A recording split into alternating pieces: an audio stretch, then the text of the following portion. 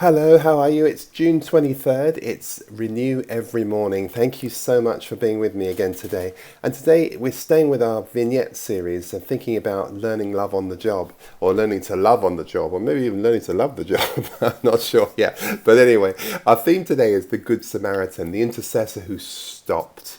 Well, now, you'll know this story. It's from Luke chapter 10, and Jesus uses it as a teaching device, and he talks about this Samaritan. And it's interesting that he chooses a Samaritan because, of course, you know the Samaritan were the kind of the mongrels. They were sort of half Jewish, half Gentile. They were absolutely on the edge of it all. As someone who is biracial, I'm always intrigued by these kinds of characters, and here he is, this Samaritan that Jesus holds up for his teaching metaphor. And he says in the 33rd verse of Luke 10, but a Samaritan as he travelled came where the man was, and when he saw him he took pity on him. Now, by the way, already the priest had walked past, the Levite had walked past, and they paid no mind to the broken man, the guy who sat in the shop doorway.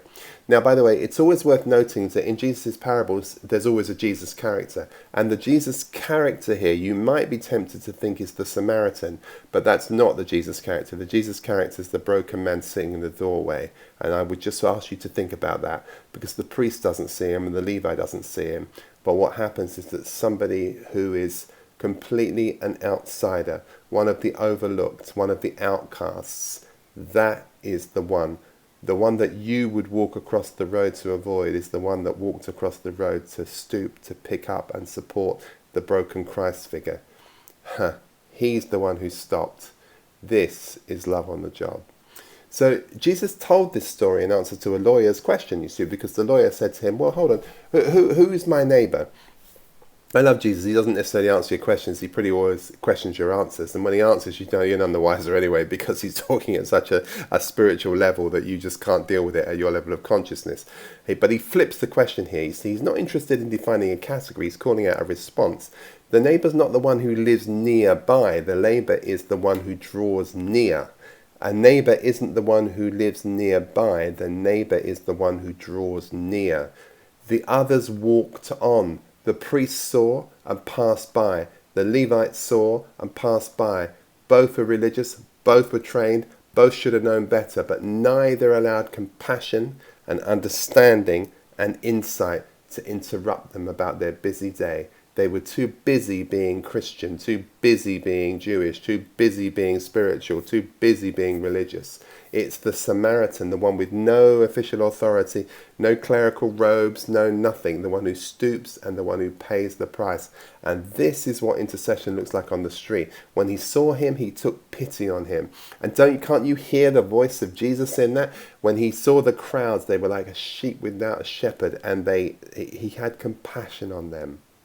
It's the same idea that's embodied here. It's beautiful. The Greek word here is about deep compassion. It's about compassion and a feeling that's from the gut. It's real embodied mercy. It's not some sort of performative pity. Oh, bless you. It's not that. Now, from the marginalized one, we get this model of mercy. The Samaritan doesn't just tend to the man. He places him on his own donkey. He pays for his care. And what's more, he says, I'll come back, and if there's anything left on the bill, if he's run up a bar bill, I'll pay that too, no problem.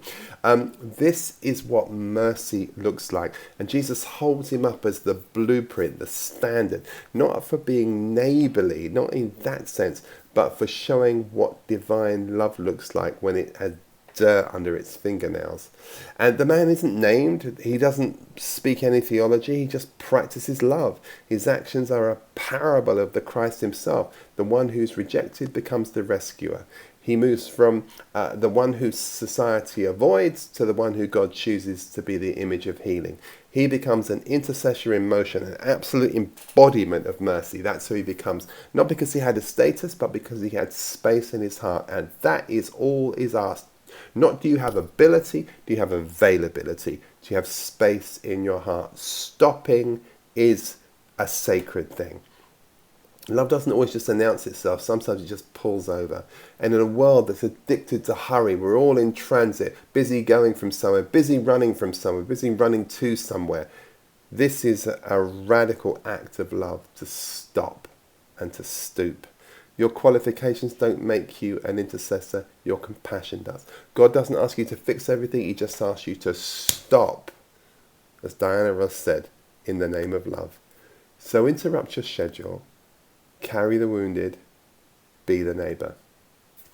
May you be renewed in that and be encouraged in that today. Thank you so much as ever for watching. Bye-bye for now.